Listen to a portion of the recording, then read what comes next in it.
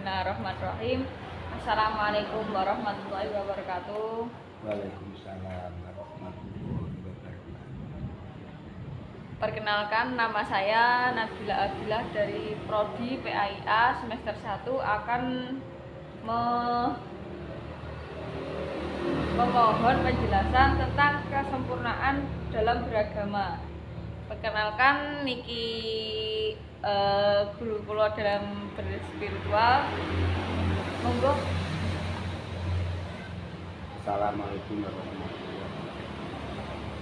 Saya bukan guru spiritual, tapi pernah mengajar, tapi bukan spiritual. Dan ini akan mencoba menerangkan apa yang dikehendaki oleh anak tersebut. Nama saya adalah Fathur Rahman. Lahir di Kediri pada tanggal 8 Agustus 1954. Pendidikan saya yaitu dari SD ke pendidikan selanjutnya yaitu PGA atau Pendidikan Guru Agama Negeri Purwasri, Al-Hikmah Purwasri, di bawah asuhan Kiai Haji Badrus Soleh Arif. Kiai Badrus Soleh Arif niku termasuk santri Mbah Yai Hasyim ingkang pertama nggih. Mbah Yai Badrus Soleh Arif adalah santri pertama kali, termasuk pendiri Pondok Tebuireng bersama Mbah Yai Hasyim Asy'ari, termasuk orang yang dipercayakan dalam melakukan program perkembangan. Setelah saya tamat dari Purwasri, saya terus ke Pondok Wirjoyo, tapi tidak tutup, tidak sampai selesai. Saya masuk dalam perguruan tinggi Tribakti, dan itu pun tidak sampai selesai. Sehingga saya mengambil langkah, yaitu sekarang saya berusaha atau di dalam keterampilan untuk menumpang kehidupan sehari-hari. Di samping kita juga mengamalkan ilmu tersebut yang pernah diperintahkan oleh Kiai dan guru saya, jangan sampai tidak mengamalkan ilmu. Terus apa saja yang menjadi kesempurnaan dalam agama Islam? Untuk kesempurnaan dalam Islam kita berpijak kepada hadis atau dawuhipun Rasulullah sallallahu alaihi wasallam yang dibawakan oleh panjenenganipun Abu Hurairah radhiyallahu anhu, yang beliaunya dawuh, qala Abu Hurairah kana Nabi sallallahu alaihi wasallam barisan yauma linnasi fa'atan rajulun wa qala mal iman, qala al imanu an tu'mina billah wa malaikatihi wa bil wa rusulihi wa tu'mina bil ba'di. Qala mal islam, qala Rasulullah al islamu an ta'budallaha wa la tusyrika bihi syai'an wa tuqimas sholata wa tu'addiya zakata al mafrudata wa tasuma ramadan.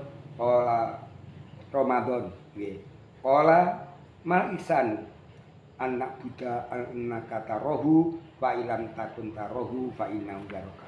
Yang artinya pada suatu hari Nabi berada di dalam tengah-tengah para sahabat. Banyak orang ibadat tiba, datanglah seorang laki-laki yang di situ disinyalir adalah panjenenganipun malaikat Jibril, datang kepada Kanjeng Nabi. Lantas orang tersebut bertanya kepada Rasulullah, kepada Nabi, engkau iman, apakah iman itu? Rasulullah menjawab, engkau percaya adanya Tuhan, percaya malaikat. 3, percaya pertemuan Tuhan di akhirat. 4, percaya rasul-rasulnya. Dan 5, percaya kebangkitan. Lantas orang laki-laki tersebut tanya lagi, apakah Islam itu? Rasulullah menjawab, Islam ialah menyembah Allah dan jangan mempersekutukan, menegakkan sholat, menunaikan zakat, berpuasa dalam bulan Ramadan. Lantas laki-laki tersebut bertanya lagi kepada beliau Rasulullah, apakah ihsan itu? Rasulullah menjawab, ihsan ialah keadaan engkau menyembah Allah, menyembah Tuhan, seakan-akan engkau melihatnya. Sekiranya engkau tidak melihatnya, maka Allah melihat engkau. Ini hadis yang diriwayatkan oleh Imam Bukhari.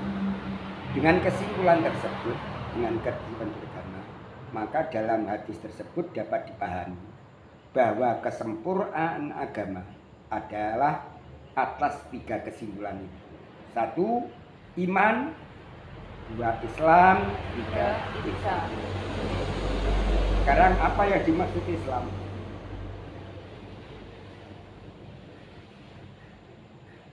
Pada apa itu? Profesor Dr. Hamka dalam buku Perkembangan Tasawuf dan abad ke abad memberikan penjelasan tentang hadis tersebut, antara lain 1. Tentang iman, kita pelajari ilmu suludin atau ilmu kalam dan ilmu tauhid. 2. Tentang Islam, kita mempelajari ilmu fikih. Tentang ihsan atau kunci daripada semuanya itu tadi, kita memasuki dalam alam tasawuf atau mempelajari ilmu tasawuf.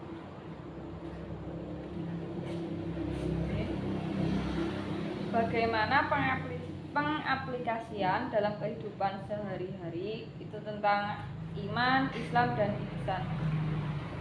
Untuk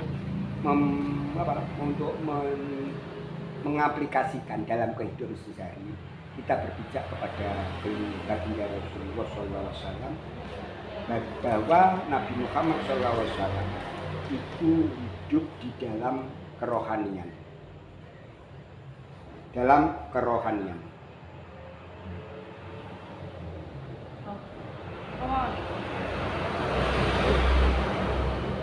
Apa maksudnya? Maksud daripada kerohaniannya itu pripun, dan apakah ada tingkatan dalam kerohanian dalam Islam?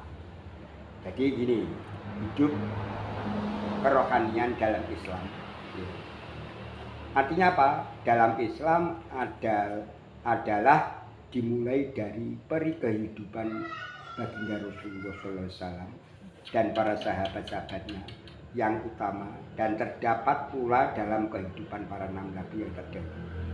Nabi Muhammad SAW sebelum menghadapi pekerjaan besar yang akan menggemparkan dunia ini, lebih dahulu beliau telah melatih dirinya dalam hidup kerohanian. Demikian juga dalam kehidupan Abu Bakar, Umar, Utsman, Ali, dan beberapa sahabat-sahabat teras lainnya. Umat Islam seketika permulaan berkembangnya agama Islam, sahabat-sahabat Nabi yang utama yang mencontoh kehidupan Nabi telah dapat menggabungkan kehidupan lahir atau kehidupan dunia dengan kehidupan kerohanian di dalam hidup sehari-hari.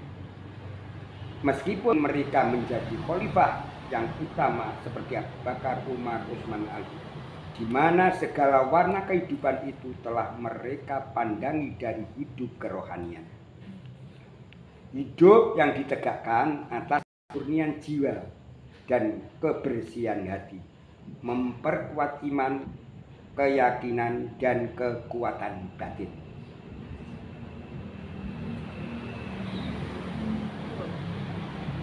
Napa tingkatan ini dalam kerohanian itu pripun? Tingkatannya napa mau? Apakah ada tingkatan dalam kerohanian yang disebutkan? Dalam kerohanian tersebut kita harus berbicara kembali pada itu tadi tentang ilmu ihsan. Ihsan itu kalau kita dalam ilmu iman kita mempelajari ilmu tauhid. Contohnya kita membahas tentang tauhidul sifat, tauhidul asma, tauhidul af'al, tauhidul sifat, dan paling tinggi yaitu tauhidul zat. Untuk mempelajari tauhid, untuk beriman. Adapun untuk Islam kita harus belajar tentang bagaimana cara-cara atau pedoman-pedoman yang digariskan oleh Allah lewat Rasulullah tentang cara berubudiyah dalam kehidupan jasmani. Niku adapun untuk mencapai tingkatan ihsan kita harus belajar ilmu tasawuf. Ya. Pada intinya ilmu tasawuf adalah ilmu untuk mengenal Tuhan. Makanya tempiku wonten dawuh man arofa nafsahu faqad arofa rabbahu. Barang siapa yang mengenal dirinya tersesat, dia mengenal Allah. Ada lagi yang hadis man arofa nafsahu faqad arofa rabbahu. Sapa sing tahu jati dirinya akan mengenal, bersesat akan tahu pada Allah. Sebab apa? Di hadis lain ada menerangkan barang siapa yang di dunia buta atau tidak mengenal Allah, maka besok di akhirat orang tersebut akan buta dan tidak bisa mengenal Allah, apalagi akan masuk surganya Allah. Nah, untuk itu semua makanya kita harus belajar, ya, dari satu mulai syariat kita belajar yang betul-betul awal-awal dulu syariat, ya, syariat, setelah itu naik kepada thariqah, naik lagi kepada makrifat, naik lagi kepada hakikat, naik lagi pada hakikatul hakikat. Jadi ini di situ ada lagi menerangkan minallah ilallah ilah billah. Nah, untuk mengetahui tersebut kita pelajari secara mendetail, harus kita tidak cukup dalam waktu yang singkat. Maka dari itu perlu penjabaran secara. Nah, ini untuk mengenal semuanya, untuk bisa memahami semuanya, kita harus belajar dari awal, mulai Islam, iman, Islam, ihsan. Ampun, niku mawon penjelasan dari guru saya tentang kesempurnaan dalam beragama. Ini saya berpesan, hendaklah kamu semua, pelajarilah dengan tekun dan detail, sehingga sampai paham apa yang disimpulkan di dalam kesempurnaan dalam Islam. Sebab kalau orang tidak mengerti tentang tersebut, maka orang tersebut tidak akan mencapai pada kesempurnaan di dalam agama. Maka dari itu saya berpesan supaya anak-anak muda sekarang kita harus mulai yakin belajar mendalami tentang ilmu tersebut. Nah, untuk mengetahui itu semua gunanya untuk sebab apa kita hidup di dunia, kita mempunyai tugas yaitu yang sangat berat. Maka dari itu kamu semua harus belajar tentang ini sampai kepada tingkatan tersebut. Saya kira demikian penjelasan saya. Mungkin ada kurang lebihnya, kayak saya mohon maaf yang sebesar-besarnya. Dan ini bisa disambung untuk penjelasan selanjutnya. Terima kasih.